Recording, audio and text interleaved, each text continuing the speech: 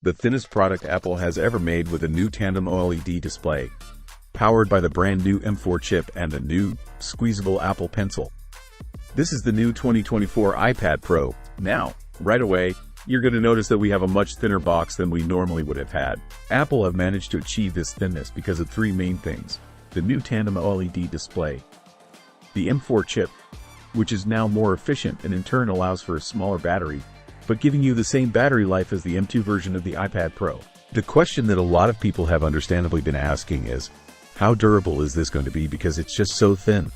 Apple did say in their keynote that this is just as durable as the previous generation.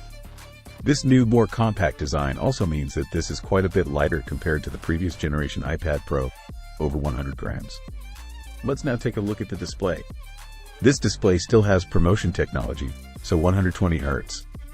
Everything is very smooth, and it is an Ultra Retina XDR display, which is using OLED technology, and we have the same technology for both the 13 and 11-inch versions.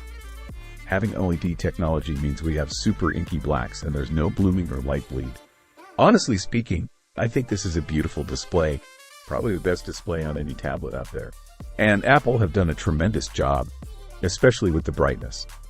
Now, you can get this with the nanotexture display option that is only available on the 1TB or 2TB models. Now, let's talk about the performance. So this is Apple's first product that's powered by the Apple M4 chip.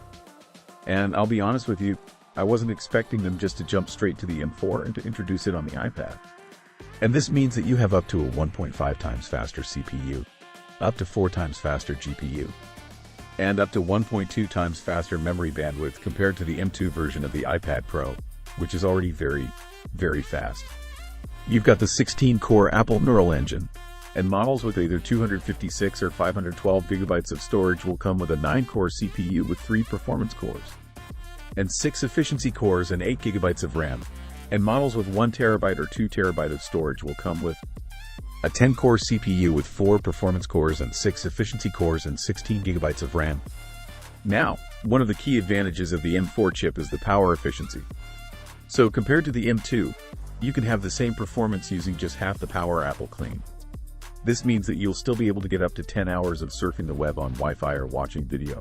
Now, along with the new iPad Pro, we have a brand new Magic Keyboard which this can snap onto. And we now have a new glass trackpad which is larger and also has haptic feedback, which is really nice. And we still have USB-C pass-through charging, although the border of it is much slimmer. Because the new Magic Keyboard is more compact compared to the 2022 version, it weighs a little bit less. What do you guys think of the iPad Pro? Will you be buying one? Drop me a comment below. Let me know your thoughts. I hope you enjoyed this video and found it useful. Thanks for watching. This is LML on LML Repair, and we'll see you next time.